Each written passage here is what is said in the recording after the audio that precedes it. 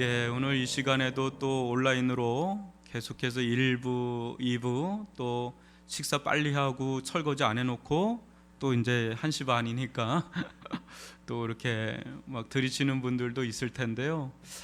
지금 조금 안타까운 건 요 교재를 좀 보면서 해야 되는데 저희들이 이게 코로나가 극성일 때 요 교재를 극성이기 전에 교재를 교회에다 쟁겨놓고 나눠주고 이렇게 하던 패턴이라서 좀 아쉬움은 있는데요.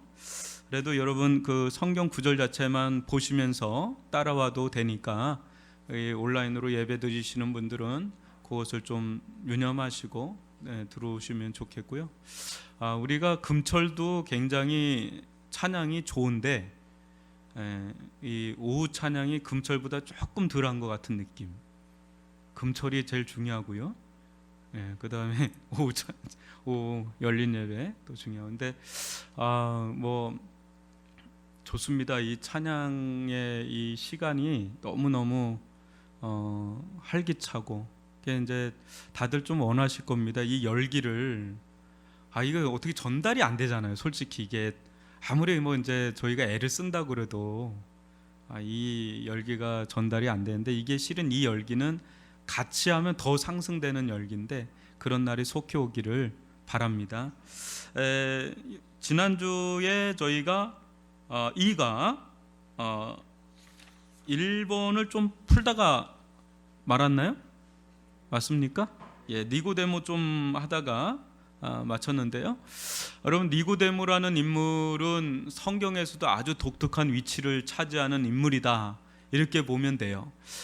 우리가 마태복음, 마가복음, 누가복음, 요한복음이 있는데 그 중에 여러분들이 이렇게 마태, 마가, 누가, 요한 이렇게 쭉 읽다 보면 요한복음에서 뭔가 다르다는 느낌을 이렇게 많이 이렇게 느끼실 거예요. 그 문체라든지 내용이라든지 뭔가 마태, 마가, 누가하고 좀 다른 느낌이 들 겁니다.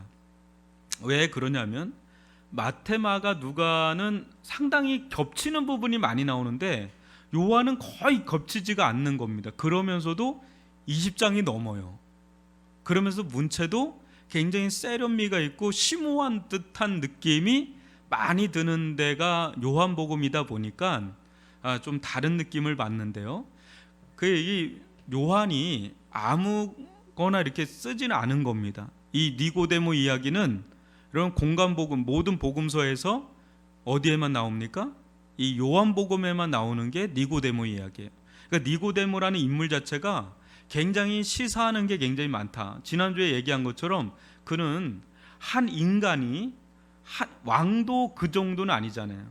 왕도 그냥 자기가 금수저, 뭐 왕수저, 뭐 이렇게 해가지고 그 자리에 있는 거지.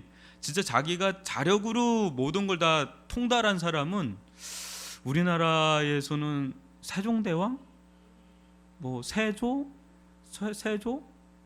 될까? 하여튼 그렇습니다. 세종대왕은 까도 이분은 대단한 분 같아요. 제가 아무리 봐도. 근데 이 니고데모는 종교적으로도 탑 레벨에 있는 사람이고요. 정치적으로도 이 사람은 지도자 그룹에 있는 사람이고요. 또 경제적으로 굉장한 부를 가지고 있었던 사람이고요. 또 어때요? 교육학 쪽으로도 랍비의 계열에 있는 아주 보기 드문 이력을 가지고 있는, 이때 당시에도 아주 독특한 독보적인 어떤 존재라고 할 수 있는 사람이 이 니고데모입니다. 종교면 종교, 정치면 정치, 교육이면 교육, 경제면 경제. 이 한 인간이 이 팔방미인처럼 이 다방면에 있어서 이 정도를 과연 이뤄낼 수 있을까? 막 그런 사람이 니고데모다라고 보면 됩니다. 그러니까 어떻게 보면 모든 사람이 저 사람처럼 되고 싶다라고 하면서 그 어떤 산을 막 올라간다 그럴 때 이 사람은 상 정상에 딱 서 있고 밑을 내다보면 다 자기를 추앙하면서 막 자기를 롤모델로 삼으면서 막 따라오는 사람들이 밑에서 막 즐비하게 막 올라오는데 거기서 서로 이제 올라가는 사람, 떨어지는 사람 막 그러면서 그 상 정상에서 이렇게 내다보는 사람이 바로 이 니고데모다라고 보면 돼요. 그런데 여러분들도 그런 이야기를 좀 들었을 거예요. 정상에 있는데 생을 마감하는 사람들을 간혹 여러분들은 좀 들을 겁니다. 우리가 볼 때는 정말 행복함의 대명사야 될 사람들이 뭐 별것도 아닌 것 같은 느낌인데 드는데, 그죠? 별것도 아닌 것 같은데 이렇게 생을 마감하는 사람들 보면 이상하다, 왜 저럴까? 여러분, 최빈민국가는 자살하는 사람이 없어요. 그래, 행복지수가 의외로 높아요. 근데 이 선진국으로 가면 갈수록 병이 생기는데 자살병이에요. 여러 가지 병들이 빈민국가에서는 없는 병들이 또 선진국가에서는 굉장히 많이 또 생기는 게 있는데, 그 중에 하나가 이런 것들이 허무한 거예요. 우울한 거예요. 여러분, 우리 옛날에 잘 살아보고 살 때 우울한 거 없었어요. 근데 잘 살아졌거든요. 근데 이거 어마어마합니다 지금. 그것뿐 아니라 생을 마감한 사람들도 많고 이런 일들이 있어요. 그러니까 이 니고데모가 왜 밤에 예수님을 찾아올 수밖에 없었는가? 실은 그는 뭔가 자기가 뭔가 답답함은 있었어요.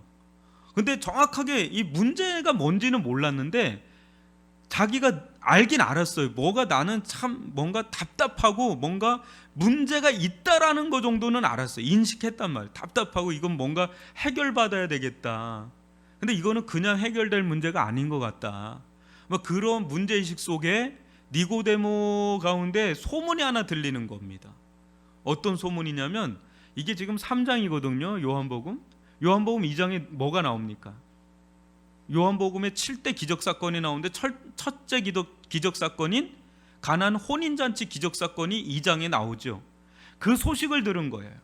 그 소식을 듣고 저분에게 가면 뭔가 자기의 뭔가 모르는데, 뭔가는 있는데 뭔가 모르는 이 문제를 해결받을 수 있을 거란 기대감을 가지고 밤에 몰래 찾아온 거예요. 한마디로 자기가 사회적인 위치라든지 나이도 있고 이런데 대낮에 예수님을 찾아올 수는 면이 안 서는 거예요. 그러니까 아무도 없는 밤에 그냥 몰래 그냥 예수님 찾아온, 진짜 갈급한 겁니다. 너무너무 갈급한 겁니다. 어떻게 보면 인생의 비상구를 찾는다는 심정으로 예수님을 찾아온 겁니다. 여러분, 아까도 얘기했죠. 모든 사람이 정말 이 사람의 어떤 그 길을 추구하는데, 이 사람은 그 맨 꼭대기에서 더 이상 길이 없는 거예요. 더 이상 어디로 가야 될지 모르는 거예요. 자기도 여기 정상에 올라서면 모든 게 다 될 거라고 생각을 했는데, 거기에 막상 딱 올라 보니까 그 밀려드는 허무감은 어디 이제 갈 길이 없는, 더 이상의 갈 길이 없는 그런 상황에 놓여 있는 이 막막한 심정. 우리는 이거를 아직 모를 수도 있습니다. 그러나 어디에 이렇게 더 이상 이제 갈 곳이 없는 사람의 위치에 있는 사람들은 거기서 눌리는 인생의 무게감이라는 거는 감당할 수 없는 무게감이에요. 그게 니고데모다라고 보면 되고요.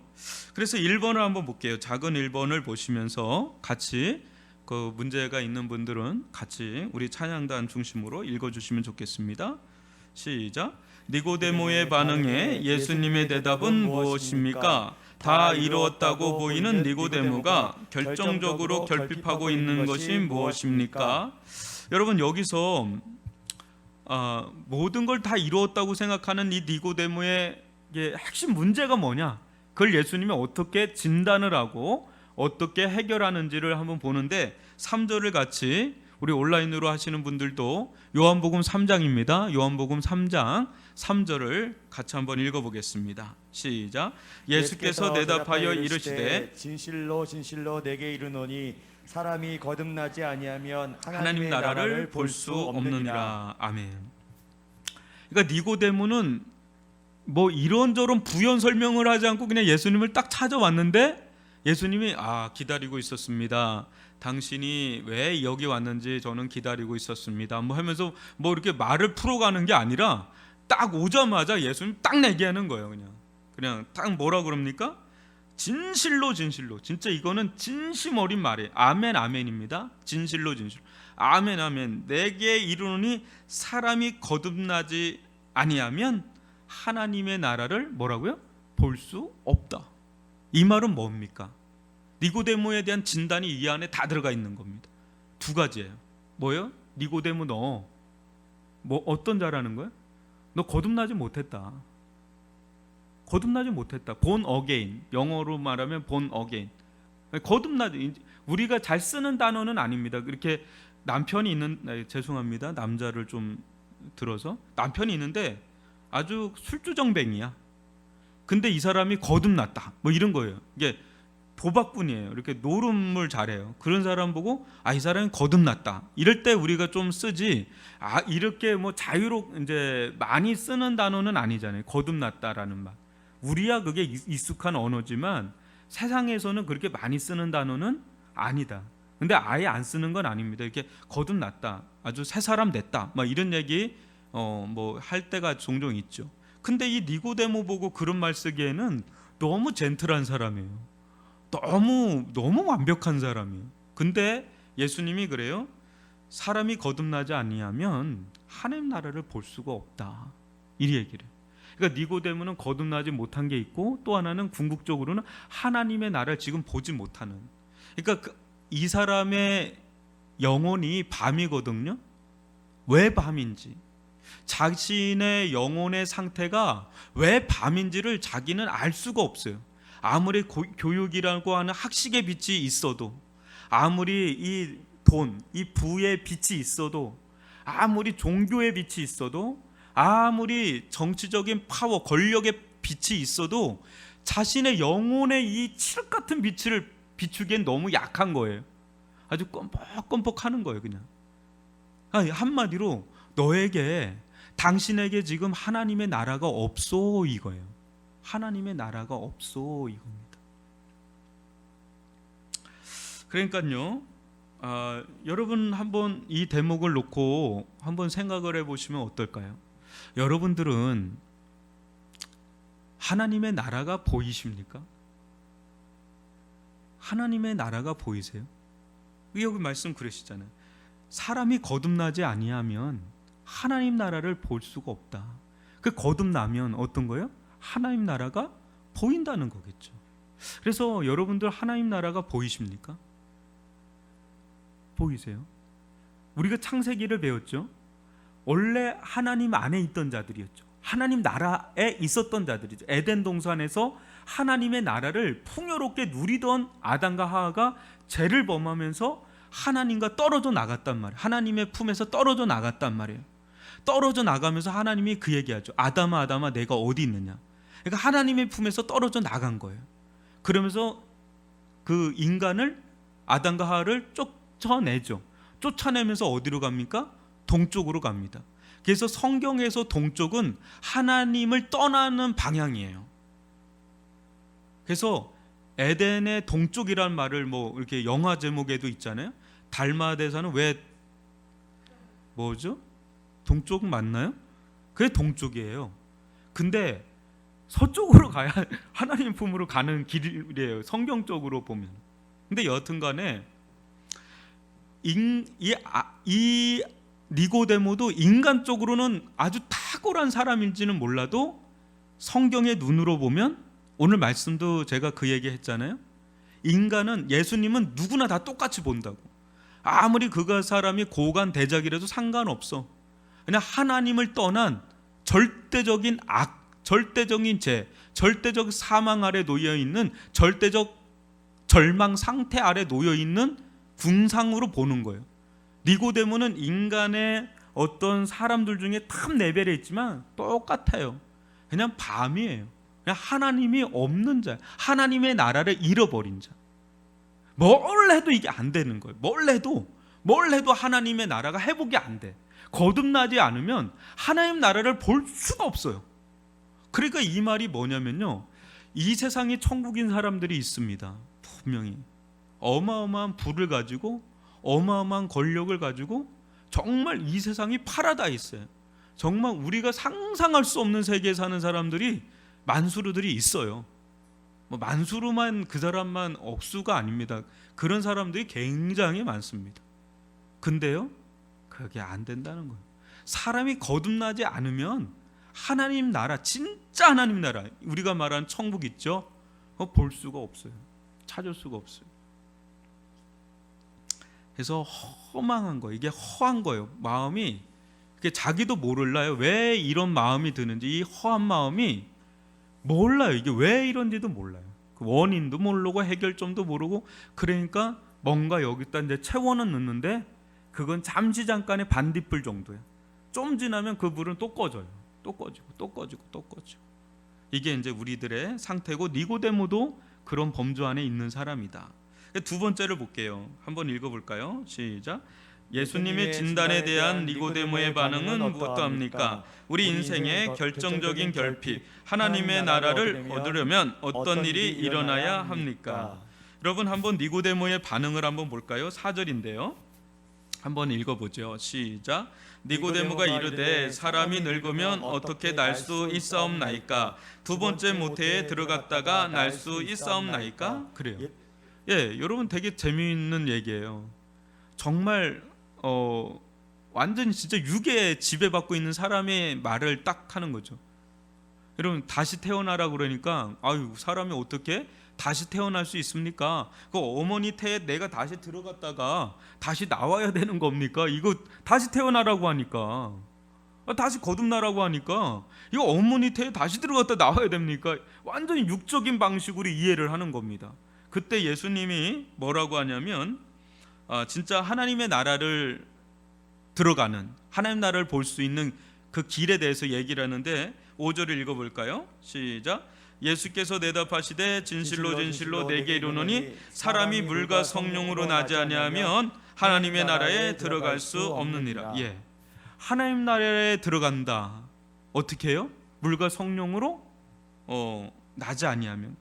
그러니까 여러분, 두 가지 출생이 있다라고 보면 되죠. 육적인 출생은 그야말로 니고데모가 4절에서 얘기한 것처럼 어머니의 태를 통해서 출생하는 거예요. 이게 자연적 출생이라 그러죠. 근데 두 번째 출생이 있는데 그건 영적 출생이라고 보면 되겠습니다. 근데 이 영적 출생은 어머니의 태가 아니라 이제 물과 성령의 태죠. 예, 이제 뭐 굳이 얘기한다면 물과 성령의 태를 통해서 이제 태어난다는 거. 영적인 출생이 있다는 거예요. 그래서 인생 가운데는요, 이렇게 육체적인 출생도 있지만 우리가 전혀 알지 못하는 영적인 제2의 출생이 있다라는 게 오늘 이 대목에서 예수님이 비유로 얘기를 하는 거예요. 비유로 얘기를 하는 거. 좀 이해하기 쉽도록. 그래서 하나님 나라에 들어가려면 물과 성령으로 나야 된다 그러거든요. 여러분, 하나님 나라를 여러분 들어갔습니까? 하나님 나라를 봤습니까? 그러려면 거듭나야 되죠. 그럼 어떻게 거듭나요? 물과 성령으로 거듭나는 겁니다. 그럼 여러분, 물과 성령으로 거듭난다는 건 뭘까요? 물과 성령으로 거듭난다는 거. 여러분들이 지금 밥을 먹고 지금 그렇습니다. 그래서 여러분, 물과 성령으로 거듭난다. 성경에서 물은 어떤 역할을 합니까? 성경에서 물은 성경에서 물은 생명을 상징을 해요. 생명을 상징을 하는데, 물은 또 하나, 여러분 이렇게 성전에 들어가면 물두멍이 있어요. 물두멍에서 뭐래요? 이게 씻어요, 그죠? 근데 그게 씻는 게 단순히 의식적인 행위도 하지만 그거는 죄에 대한 정화의 상징을 하는 겁니다. 우리가 죄를 회개하고 죄에 대해서 깨끗함을 받는 그런 거예요. 그래서 물은 깨끗게 하는 어떤 역할을 하는 겁니다. 정결케 하는 역할을 하는 거예요. 그런데 여러분, 세례 요한은 뭘로 세례를 준다 그러죠? 물로 세례를 주는데 예수님은 뭘로 세례를 준다 그래요? 성령으로 세례를 준다는 말을 해요. 성령은 성경에서 어떤 역할을 합니까? 성령은 성경에서 많은 부분 불을 상징합니다. 불, 파이어. 그래서 태우는 역할을 해요. 태우는. 그런데 물과 성령으로 나지 아니하면 이라는 이 말 속에는요, 회개와 실질적인 제 삶을 얘기하는 겁니다. 그래서 제가 예전에 군부대 세례를 참 많이 주러 갔습니다. 정말 그냥 이게 무슨 이렇게 그냥 찍듯이 그냥 하는 거예요. 그냥 애들 그냥 쭉 써서 햄버거 준다고 그러고 막 그 요새는 초코파이 아닙니다. 햄버거입니다. 햄버거 쭉 롯데리아 같은 거 이런 거 뭐 맥도날드 해가지고 쫙 쓰면 애들이 또 와요. 막 그냥 막 엄청 찬양 엄청 열심히 합니다. 그냥 교회 다니던 그래도 어디서 왔어요? 불교 쪽인데요 하고 뭐 그 걔는 이렇게 막 한참 막 세례를 주다 보면 손이 부르틉니다. 그냥 막 손이 부르트도록 세례를 줘요. 근데 이게 물세례라 그러거든요. 근데 여러분 이 물세례를 뭐 초코파이를 원하든 뭐 그게 햄버거를 원하든 정말 진짜 진심 어리게 막 회개하는 마음으로 물세례를 받든 그 물세례는 어디까지예요? 그냥 물세례까지죠, 그죠? 이 물이 물론 이게 마시는 물이잖아요. 근데 이게 장로님이 옆에서 이렇게 딱 그 성수기에다 딱 놓으면 그게 성수가 돼요. 그러니까 거룩이라는 건 구분이에요. 구별하는 거예요. 그러니까 이것도 저기 막 구석에 있으면 그냥 아무것도 아닌데 여기 오면 이게 강단이 되는 거예요. 이렇게. 그래서 여러분 물은 그냥 어떻게 보면 물이에요. 물. 그러니까 세례를 받는다고 해서 그게 진짜 사람을 변화시키느냐? 그건 아닙니다. 그 자기가 진짜 회개했다고 하는 사람에게 우리가 물세례를 주는데 진짜 그 회개한 사람에게 진짜 깨끗하게 하고 제사함을 가져다 주고 실질적인 그 모든 것들을 다 이루는 건 뭐예요? 그 세례 요한의 물세례가 아니라 마지막 마침표를 찍는 건 뭐예요? 결국은 예수의 성령 세례예요. 성령 세례가 임해야 진짜 제사함 받고 하나님의 나라에 들어가고 거듭나고 구원받는 그런 실질적인 역사가 일어난다는 겁니다. 아멘이십니까? 그러니까 우리가 물세례가 한다는 건 우리가 회개를 한다는 걸 말하는 거예요. 근데 성령으로 거듭난다는 건 뭐냐면 실질적인 죄가 다 깨끗해지고 거듭나고 하나님 나라를 보고 하나님 나라에 들어가는 그 실효적인 그 모든 걸 다 하시는 분 누구라는 거예요? 성령이라는 거죠.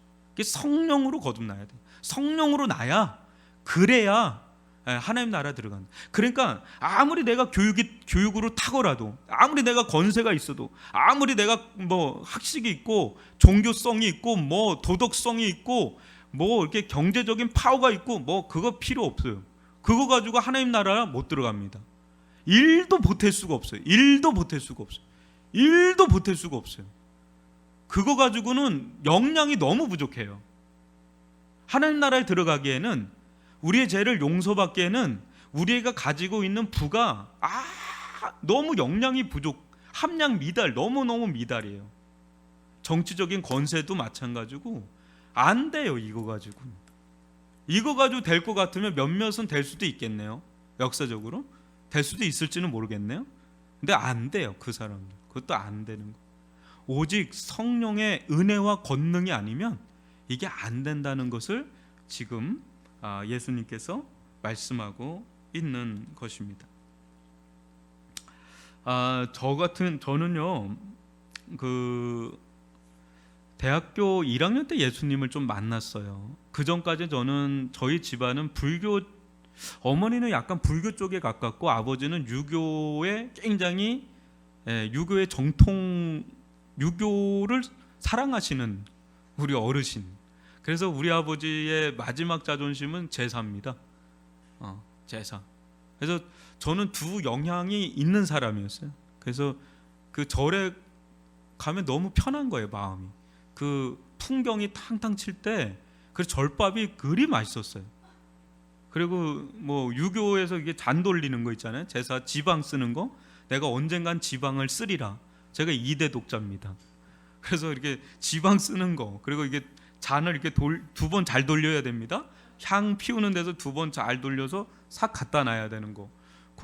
그런 재미로 이렇게 좀 지냈는데 또 고3 때는 제가 몸이 굉장히 안 좋았어요. 그래서 굿도 하고 그랬었어요. 막 이제 그 절간에 가서 막 굿도 하고 막 그렇게 막 했던 사람이니까 뭐 오죽했겠어요, 제가. 그런데 대학교 와서 인생에 대한 회의감이 너무 많이 들어 있었어요. 그때쯤에 고등학교를 지나고 대학교에 들어올 무렵에는 인생의 회의감이란 회의감은 다 안고 있는 사람.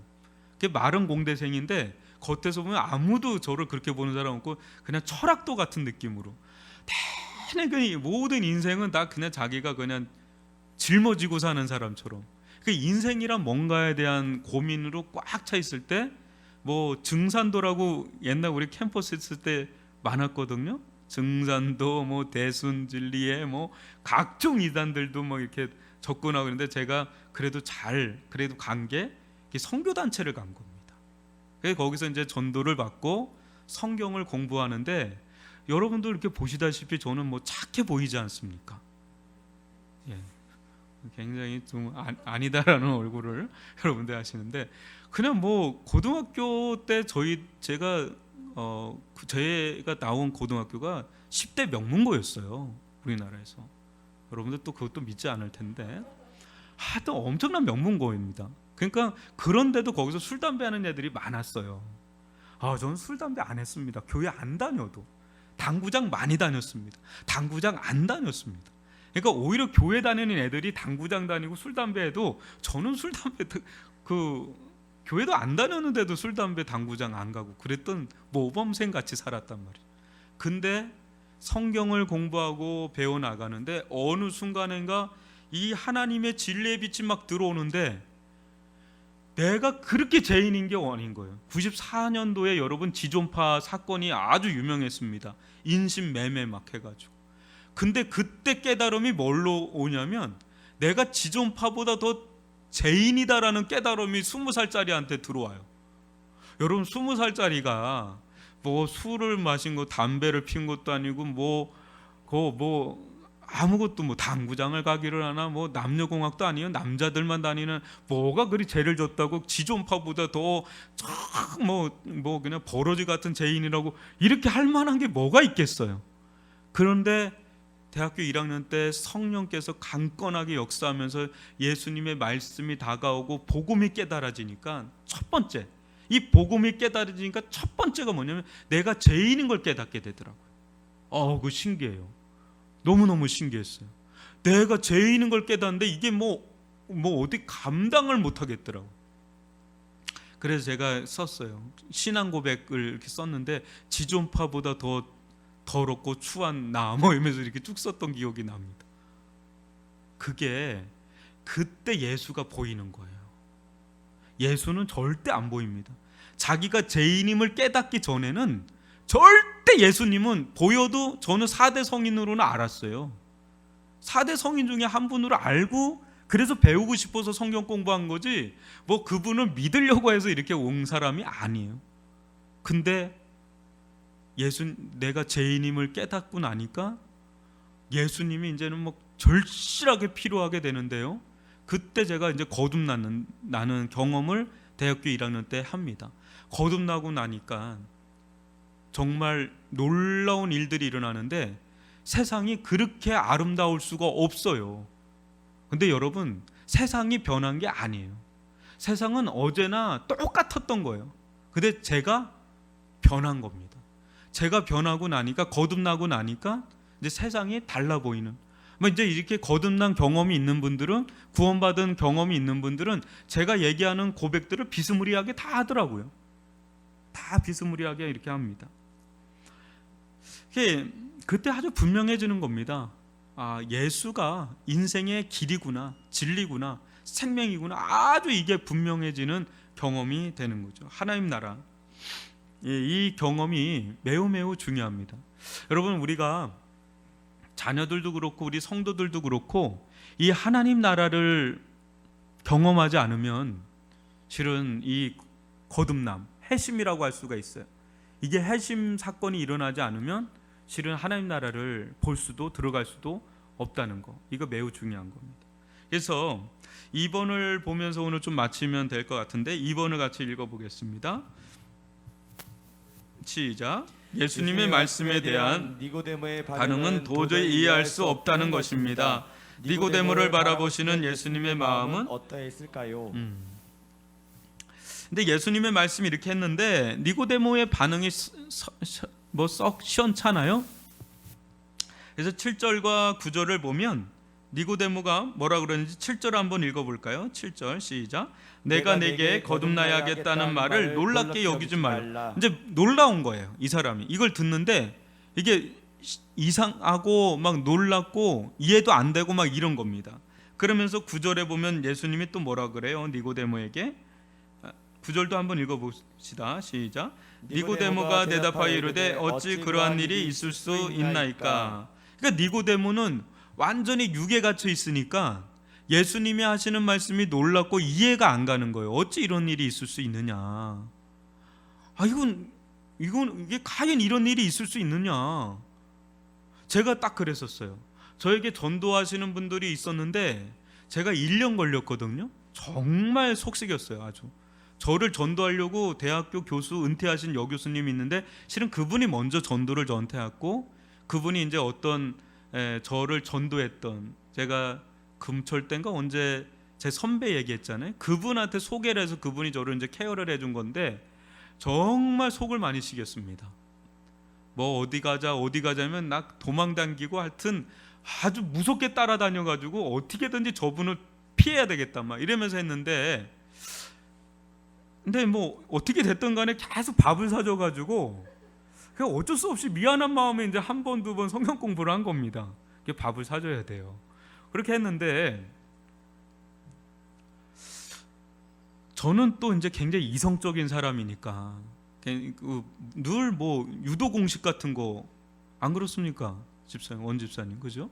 늘 하는 게 유도 공식이잖아요. 이렇게 딱 기승전결이 돼서 인테그를 3개 붙고 미적분하는 게 늘 우리가 하는 일이니까 굉장히 논리정연해야 딱 답이 딱 떨어져요. X는 1, 딱 뭐 이렇게 이런 거 딱 이렇게 떨어지는 쪽으로 가다 보니까 그 눈에 보이는 거 하는 거 아닙니까? 저희들이 하는 게 자연과학에서 나온 거잖아요. 그 전자, 전화 뭐 이런 거 딱딱 뭐 딱 이렇게 과학을 전공하는 자들이니까 공대라고 해도 기본적인 건 자연과학을 기반으로 하고 있으니까. 근데 이게 성경 공부를 하는데 여러분 이걸 믿으라고 믿을 수 있겠어요? 아 눈에 보여야지 믿지. 눈에 보이지도 않는 거 어떻게 믿어요? 그래서 저는 못 믿겠는데요. 계속 이제 성경 공부하면서 믿음이 안 가요. 이게 뭔 얘기야?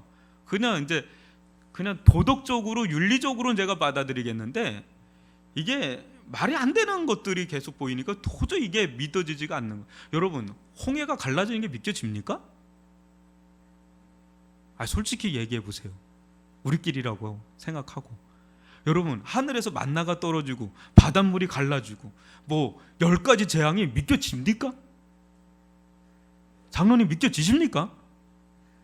대단한 겁니다. 그거 정상적인 이성을 가지고는 대단한 겁니다. 바보가 아닌 이상 이게 대단한 거죠. 근데 이게 안 믿겨지는데 저한테 이렇게 전도하는 어떤 형님들 누님들이 계시는데 얼굴을 보니까 거짓말 할 쌍은 아닌 거야. 너무 착해 보여요. 너무너무 착해 보이는 거예요. 천사같이 착해 보이는데 거짓말할 분 같지는 않고 제가 그렇게 물었어요. 아니 이게 진짜 이게 믿겨지세요? 그러면서 얘기가 믿겨진대. 그리고 진짜 하나님 살아 계시나요? 계신데 만났어요? 만났대. 진짜 아주 천진무구하게 그렇게 얘기를 하니까 이거 진짠가 보다. 진짠가 보다. 너무 답답해가지고 기도실에 올라갔는데 제 옆에 막 선교사로 나갈 분이 옆에서 기도하고 있는 거예요. 또 때마침 선교사로 나가지 않을 뿐이면 듣다가 제가 말 텐데 선교사로 나갈 때쯤이가 얼마나 충만해요. 그러니까 막 1시간 2시간을 계속 뭐 기도를 하는데 제가 그거 듣다가 졸았어요.